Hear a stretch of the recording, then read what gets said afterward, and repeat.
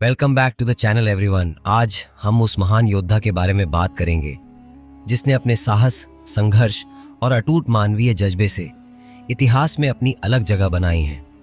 मैं बात कर रहा हूं स्पार्टाकस की। वो इंसान जिसने शक्तिशाली रोमन साम्राज्य को न सिर्फ चुनौती दी बल्कि उस समय हो रहे गुलामों के खिलाफ एक उम्मीद की किरण बनकर उभरा।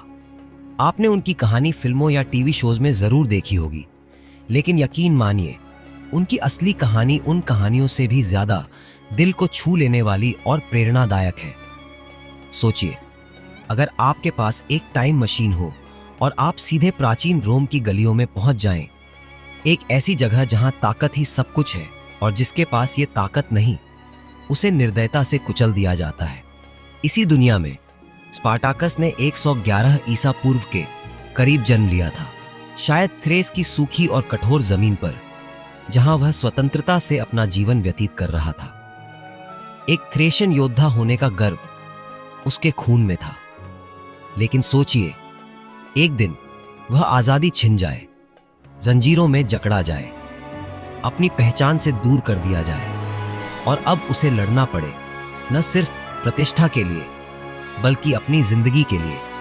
यही वो क्षण था जब उसकी जिंदगी का दुखद मोड़ शुरू हुआ। स्पार्टाकस गुलामी में पैदा नहीं हुआ था, लेकिन फिर भी उसे जंजीरों में जकड़ा गया। उसकी दुनिया, उसका घर और उसके लोग उससे छीन लिए गए। आप सोच सकते हैं उस पीड़ा को, जब एक आजाद इंसान को अपनी पहचान खोकर किसी और के मनोरंजन का साधन बना दिया जाता है। रोम के ग्लैडिएटर अखाड़ों में हर दिन जिंदगी और मौत का खेल होता था। स्पार्टाकस के लिए हर लड़ाई उसे की छिनी हुई आजादी की याद दिलाती और उस आजादी को फिर से पाने की गहरी चाह बढ़ा देती।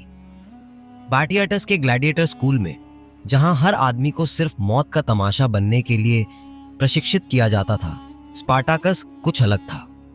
उसकी आंखों में एक जुनून और उसका हौसला बुलंद था। अपने जख्मों को छिपाए एक ऐसा इंसान जो अपनी तकदीर को बदलने के लिए लड़ने को तैयार था।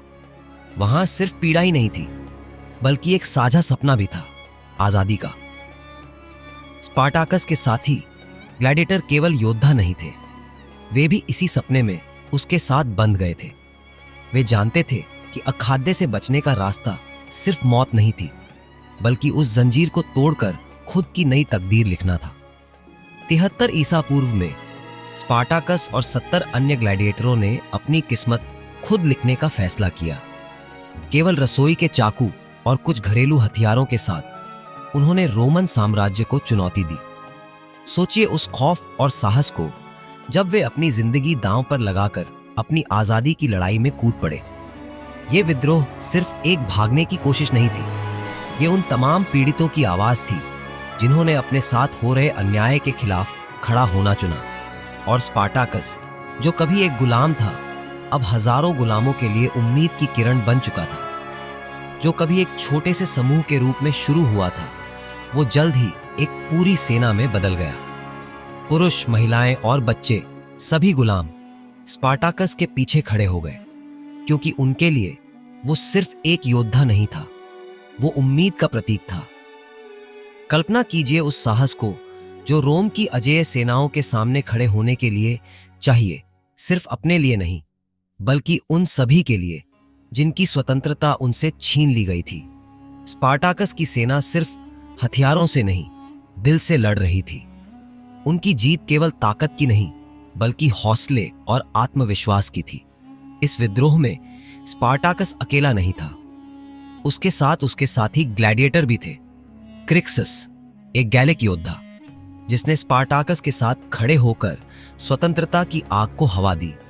हालांकि उनके रास्ते बाद में जाकर भले ही अलग हो गए हो, लेकिन उनके सपने ने उन्हें हमेशा के लिए जोड़े रखा।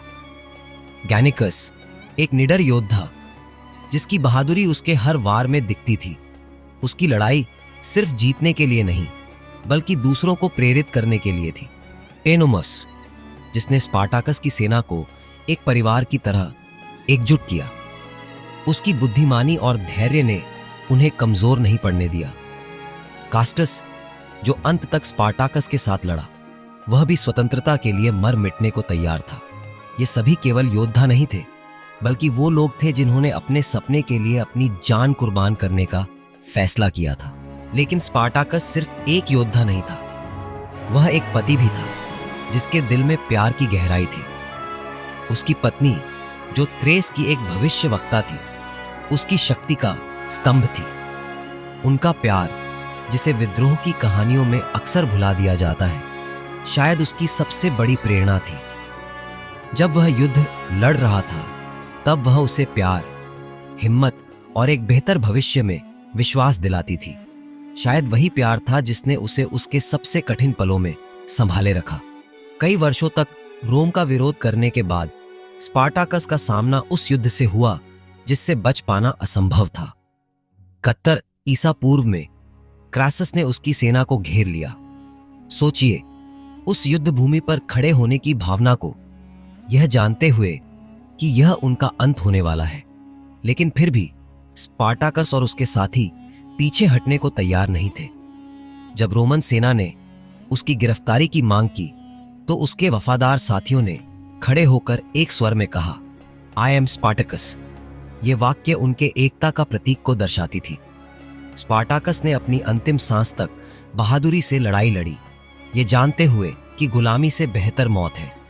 स्पार्टाकस का शरीर भले ही कभी नहीं मिला, लेकिन उसकी आत्मा, उस विद्रोह की आत्मा, हमेशा के लिए अमर हो गई।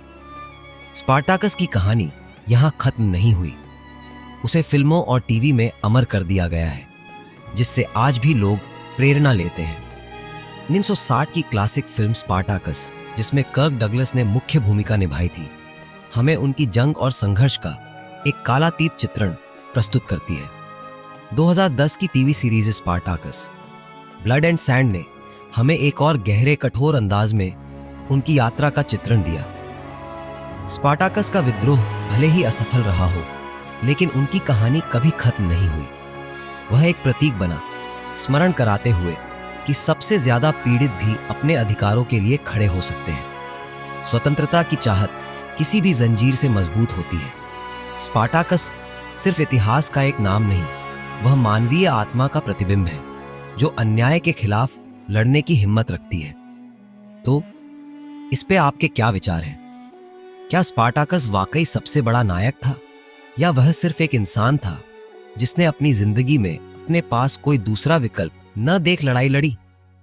मुझे नीचे कमेंट्स में बताएं। अगर उनकी कहानी ने आपके दिल को छुआ, तो लाइक, शेयर और सब्सक्राइब करना न भूलें। और इस सफर में साथ देने के लिए शुक्रिया। और हमेशा की तरह, स्टे क्यूरियस, स्टे ब्रेव।